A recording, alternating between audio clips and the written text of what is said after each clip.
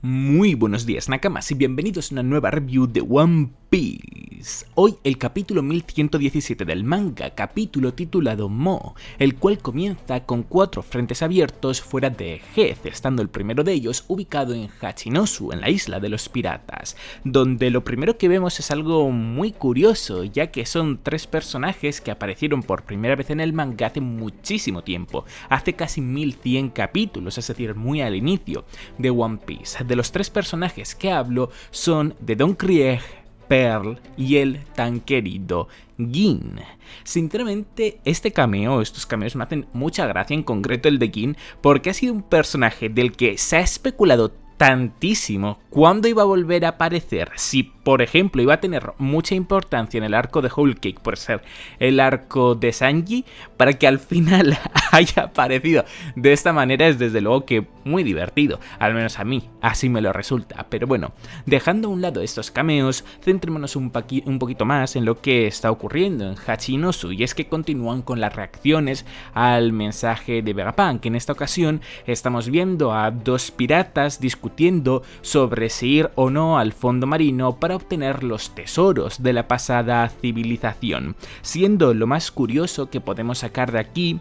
el hecho de que hablan acerca de barcos que pueden navegar bajo el mar, es decir, submarinos, como el Delo, y hablan también de la posibilidad de hacerse amigos con sirenas para poder tener acceso a esos tesoros. Es decir, son elementos que Oda desde luego que tiene en cuenta a la hora de haber hablado acerca de la inundación en el mundo de One Piece y de la que ya ocurrió durante el siglo vacío, porque esto es algo de lo que mucha gente se ha estado preguntando últimamente, que cómo es posible que existiendo las sirenas, los Yojins, habiendo submarinos, etcétera, nadie hubiese averiguado que eso es lo que ocurrió en el pasado. Entonces ahora ya estamos en el punto de las sirenas realmente y los Yojins no lo han mencionado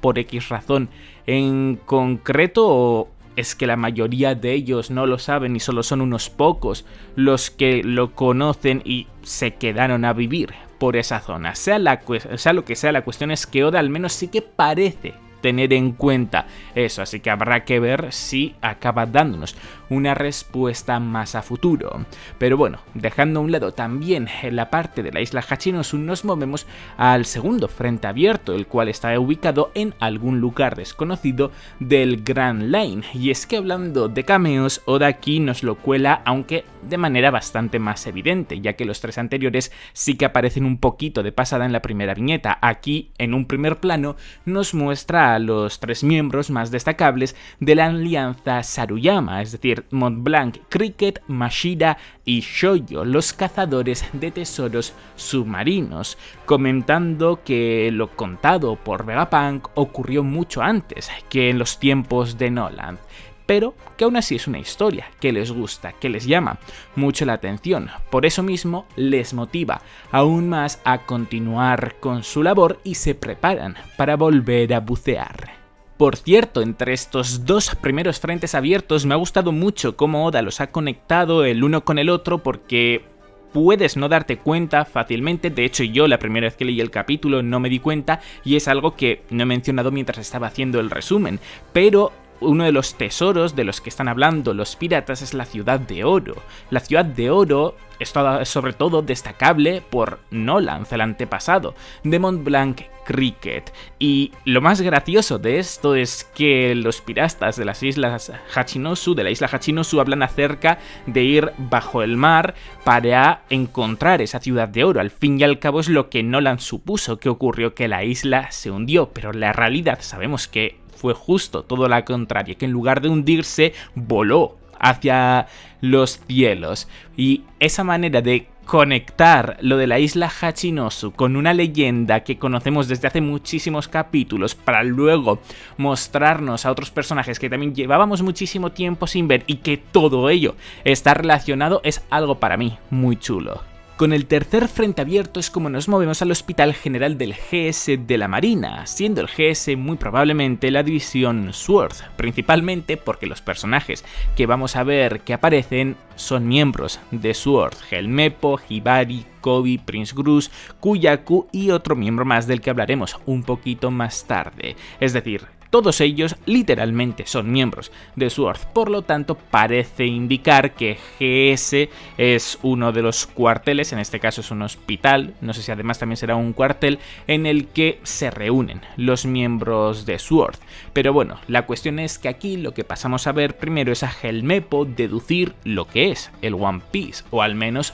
parte de lo que es el One Piece, que nosotros ya lo sabíamos por cuando vimos la mítica escena de Roger riéndose, que es conocer la historia del siglo vacío. Al fin y al cabo, los piratas de Roger son los únicos que lo conocen tal y como Vegapunk ha revelado al mundo, por lo tanto es fácil hacer esa conexión. Pero bueno, dejando un poquito a un lado a Helmeppo, vemos a Hibari y a Koby sentirse un poco sobrepasados por toda la información que acaban de recibir, comentando a su vez Koby que tiene que apuntarla más tarde para acordarse de toda ella. Momento en el que Kuyaku aparece para decirles que el capitán se está recuperando bien, pero que prefiere estar solo, pasando a un tema de conversación mucho más interesante, entendiendo tanto Koby como Prince Grus como Kuyaku que el mundo está a punto de entrar a una situación muy peligrosa, y que es ahí donde ellos tienen que pasar a la acción,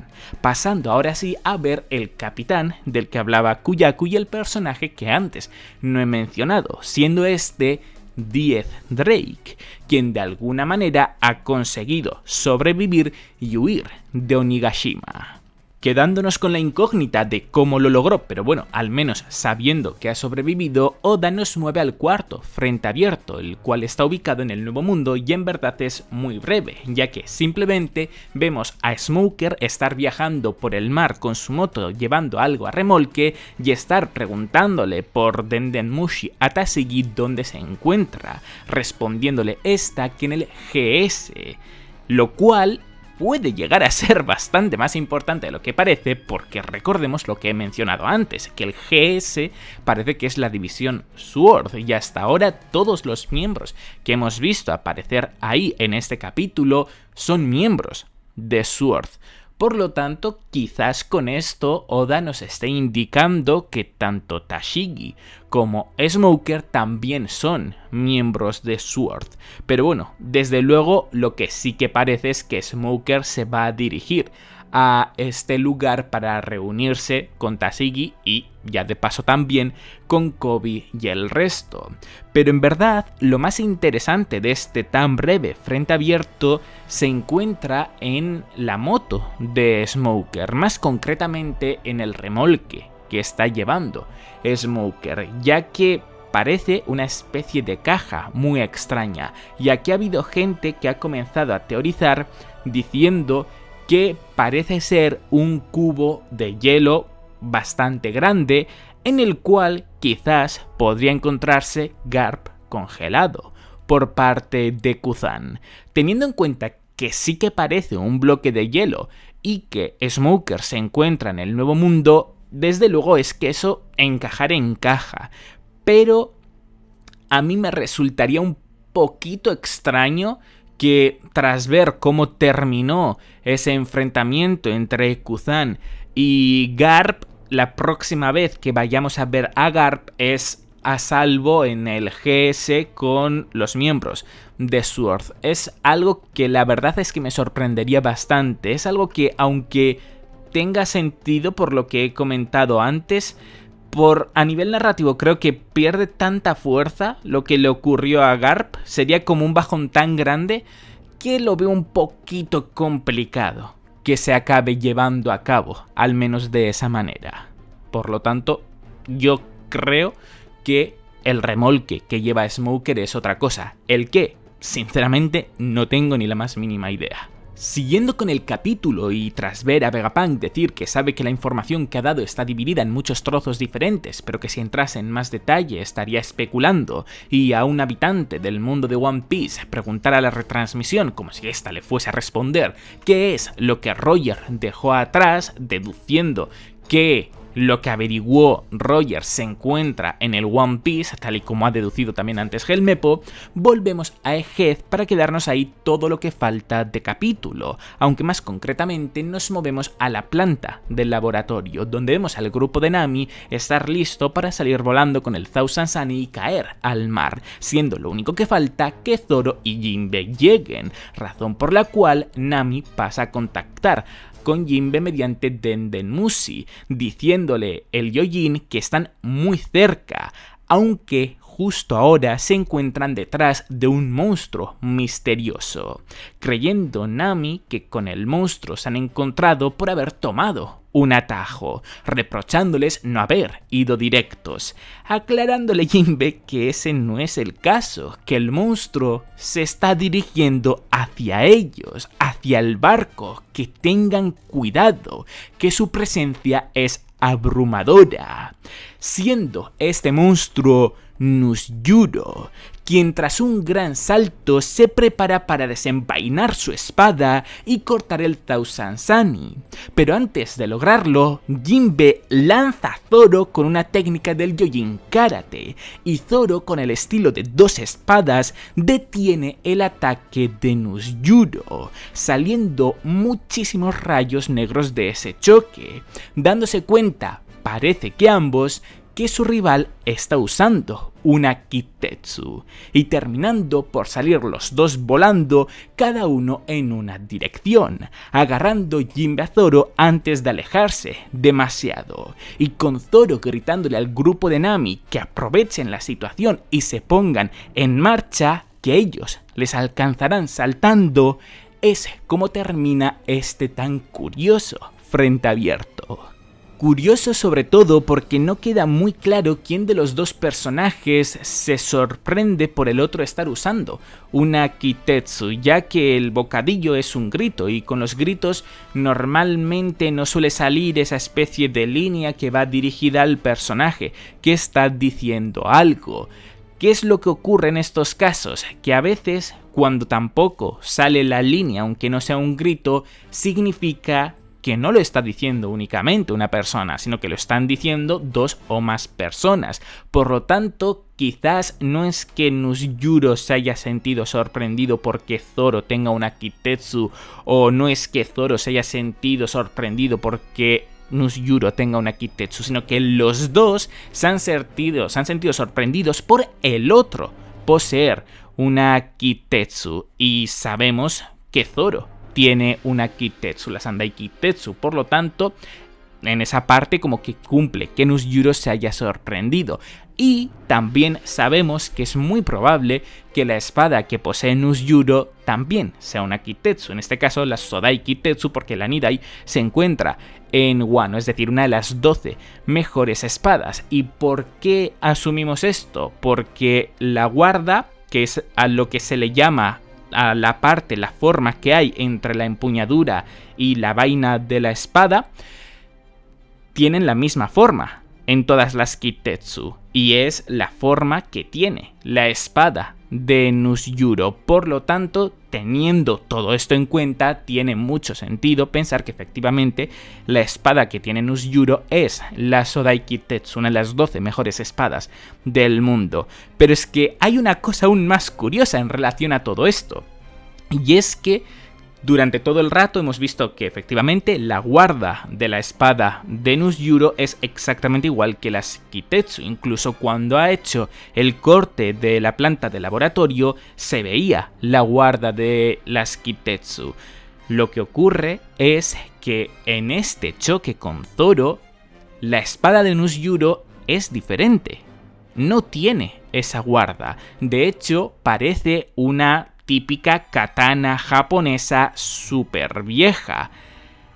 Entonces aquí entra la opción de 1. Oda se ha equivocado dibujando, que ya ha ocurrido en algún otro caso, o 2.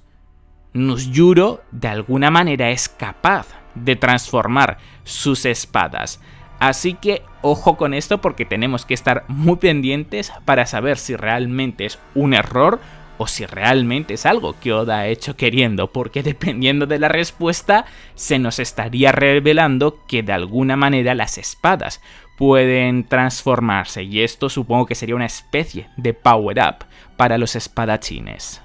Continuando con el capítulo, Oda nos mueve a la costa noreste de Heath, donde a grito pelado Bonney le pregunta a Luffy dónde se encuentra, que se dé prisa, que no van a poder aguantar por siempre. Y es que los marines, comandados por varios vicealmirantes, siguen empeñados en hundir el enorme y legendario barco de los piratas gigantes guerreros, lamentando a su vez Sanji que las comunicaciones no funcionen para contactar más fácilmente con su capitán, pero para su sorpresa, al igual que Bonney, Luffy, a grito pelado, contesta que están por llegar, que pueden empezar a mover el barco. Y como de gritos va la cosa, Dory y Brogy se expresan de la misma manera para ordenar a Oimo y a Kashi que comiencen a zarpar, lo que pasan a hacer inmediatamente mientras la marina intenta evitarlo como puede, costándoles mucho a los gigantes saltar sobre sus buques de guerra y comenzar a destruirlos.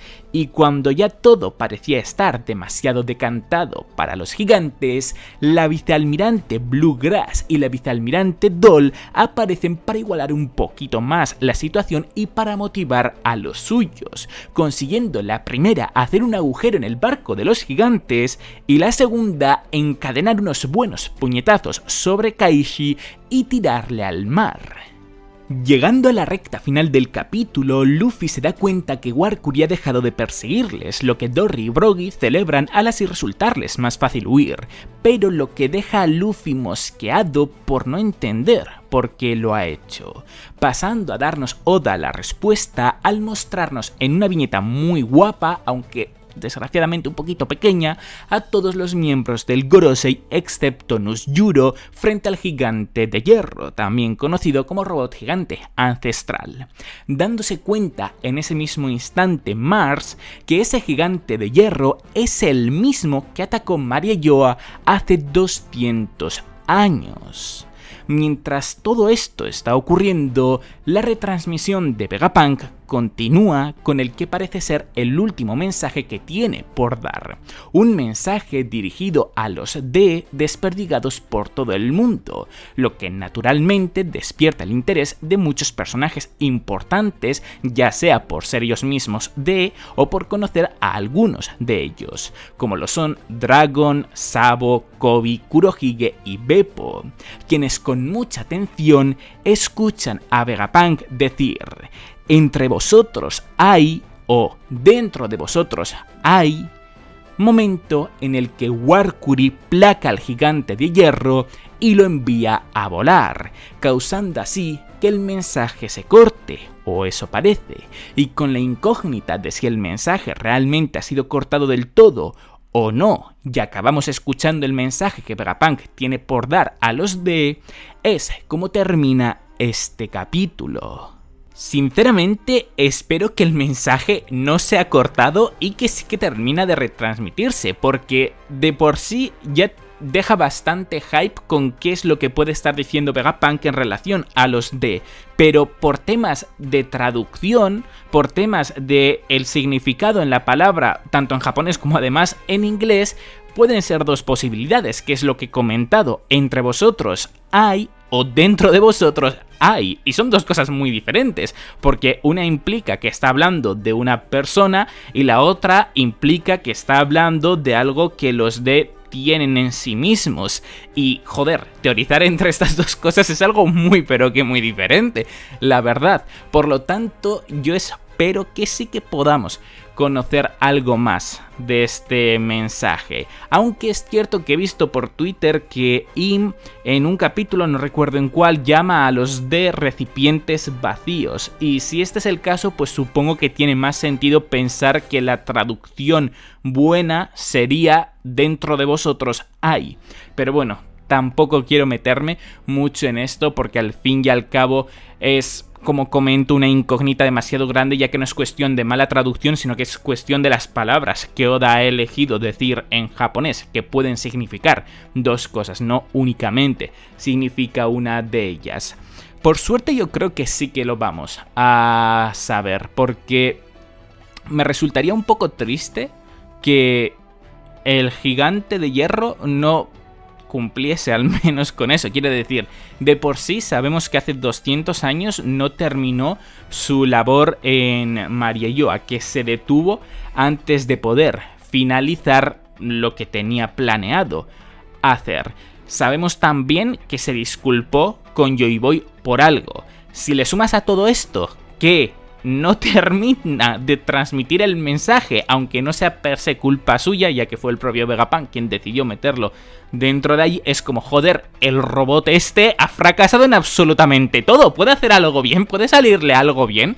Entonces, yo de todo corazón espero que en el próximo capítulo realmente el mensaje sí que termine de retransmitirse, que simplemente haya sido una caída porque la antena no está bien colocada después de este gigante de hierro haberse caído, pero que en el momento en el que se levante, digamos que la antena vuelva a enchufar a todo el mundo y que el mensaje continúe y sea ahí cuando veamos el mensaje finalizar, para así darle además el golpe final al Gorosei y a todo el gobierno mundial. Por cierto, también por si todavía había gente con dudas, el cómo se expresa Mars cuando dice que el gigante de hierro es el mismo que estuvo en Mariejoa hace 200 años, en japonés al menos parece indicar que lo dice con tanta seguridad como si él hubiese estado allí. Por lo tanto, tiene pinta de que los miembros del Gorosei existían hace 200 años, así que hace que sea aún más posible la teoría o la creencia, que de por sí ya es muy posible, que los miembros del Gorosei llevan existiendo desde el siglo vacío, al igual que Im. Pues hasta aquí el vídeo, Nakamas. Como siempre, agradecer muchísimo que le deis un buen me gusta, que apoyéis a tope el vídeo si os ha gustado. Recordad que en la descripción tenéis tanto mi Twitter, en el que os informa al instante cuando sean los capítulos del manga en español y en inglés de manera oficial, como los twitters y los debianas de quienes colorean las imágenes del manga para que vosotros también podáis tenerlas. Y ya por último, agradecer muchísimo que os suscribáis para muchos más vídeos de One Piece. ¡Hasta la próxima!